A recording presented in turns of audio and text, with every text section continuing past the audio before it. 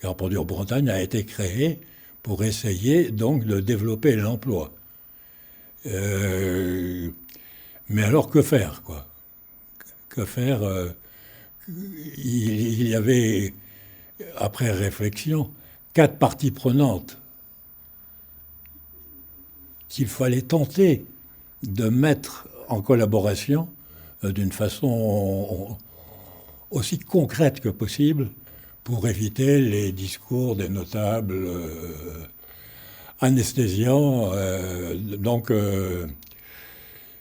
Ces 4 parties étaient premièrement les GMS, qui avaient réussi à acquérir une puissance déjà considérable. Il y avait les industriels qui avaient un relationnel avec les GMS un peu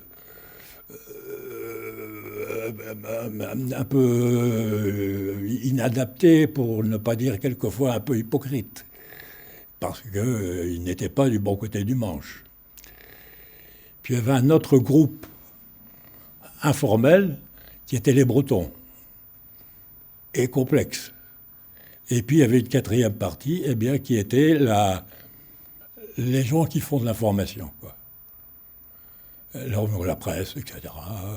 Le but n'est pas de faire des discours, le but est de mener des actions concrètes, si possible quantifiables, si possible mesurées.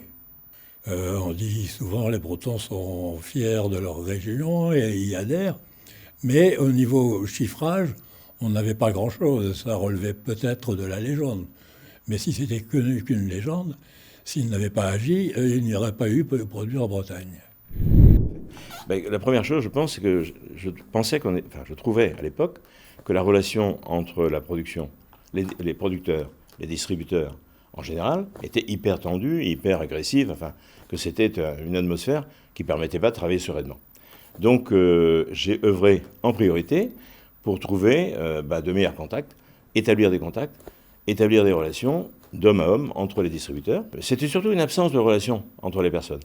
Et justement, Produits en Bretagne a permis, en ayant des responsables de chacune des entreprises de grande distribution, de nouer des rapports directs.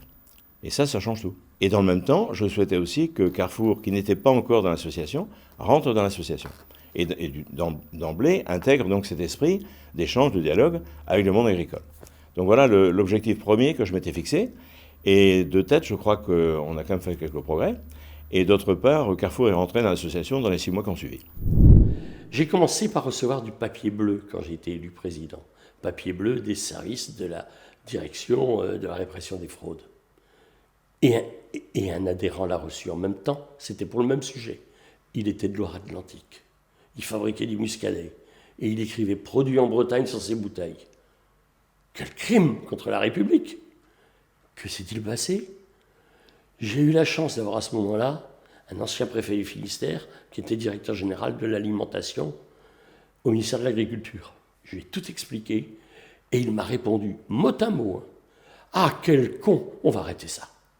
Il avait compris, lui, ayant été préfet du Finistère, que ça ne servait à rien de dire que la Loire-Atlantique n'était pas en Bretagne.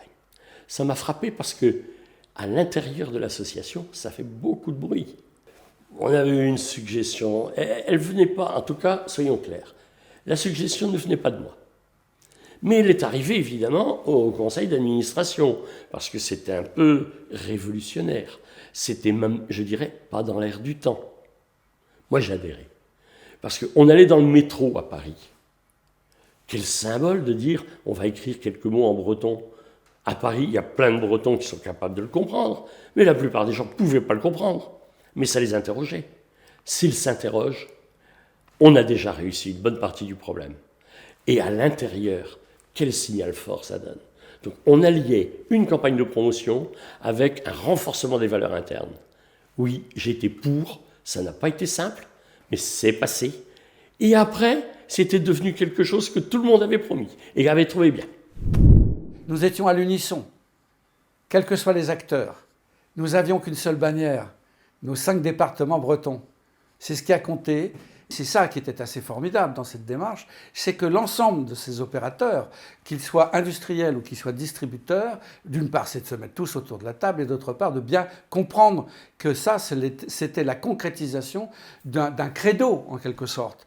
Alors, comme disait Simone de Beauvoir, l'amour n'existe pas, seules les preuves existent. C'était une preuve justement de ce credo et de cette cohésion. Et c'était d'autant plus fort que je crois, me semble-t-il, que nous avons fait ce prospectus sans mettre de prix. Mais cette année de présidence à la tête de Produits en Bretagne, à la tête du conseil d'administration de Produits en Bretagne, avec mes collègues, m'ont surtout permis d'aller à votre rencontre, m'ont permis d'aller vous voir dans vos entreprises, de vous écouter, de comprendre, de parler avec vos collaborateurs, vos salariés. Et j'ai beaucoup appris à votre écoute. Ça, c'est la première chose la plus importante. La deuxième, la plus importante pour moi, ça a été de faire comprendre aussi que la culture, ça fait partie intégrante de l'économie. C'est une partie de l'économie au même titre que la production, les entreprises de production, les industriels, que les distributeurs, que les métiers de service. C'est un tout. C'est la Bretagne qui gagne, c'est la Bretagne qui avance, c'est la Bretagne qui est cohérente. C'est la Bretagne qui est fière de son histoire, fière de son patrimoine, fière de son économie, fière de ses industries et fière de ce qu'elle permet de faire, de ce qu'elle permet de montrer et de ce qu'elle permet de voir. Voilà le vrai défi qui n'était pas gagné au départ, c'est celui de l'économie et de la culture. Ça m'a fait grandir, je crois. Je crois que ça m'a énormément apporté. Et c'est peut-être un peu égoïste, mais je pense que oui, ça m'a beaucoup apporté. Ça m'a fait me développer, rencontrer des gens. Et puis, il y avait quelques chantiers importants. Le chantier de resserrement des relations avec le monde agricole qui était essentiel. Et là, évidemment, avec quelques personnes clés, Daniel Lévin, Olivier Bordet, on a rendu les choses possibles. Il y a eu des déclics. Et puis aujourd'hui, qui se poursuivent et qui se continuent, et c'est formidable. Et puis voilà, le chantier de la RSE et plein d'autres. Alors, ce qui m'aura marqué, évidemment, je pense, ce sont les assemblées générales. Voilà, c'est pas... vous voyez, je suis presque ému dans l'instant, parce que c'est des moments où on ressent la salle. Et c'est très, très puissant. La succession était pas simple. Lancer des projets, faire en sorte qu'on ne se dévoie pas et qu'on continue à progresser, à avancer. Voilà, donc je crois que c'est une victoire, mais collective, bien sûr, mais c'est une victoire. Et il y a ce besoin de continuer à rassembler, de former une unité malgré toute cette diversité.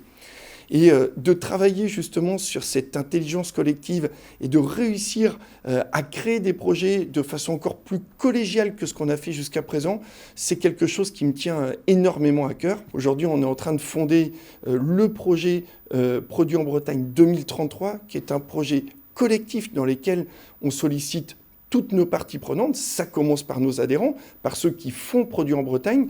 Il y a aussi des parties prenantes extérieures. Je pense à la population des jeunes, qui sont les futurs consommateurs, mais aussi nos futurs collaborateurs. Je pense aussi aux autres réseaux d'influence bretons.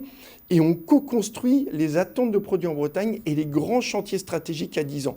Ça, je pense d'abord que c'est un petit peu inédit. Et surtout, le faire comme ça de façon vraiment collective, c'est quelque chose qui me ressemble et qui doit nous rassembler dans tous les cas.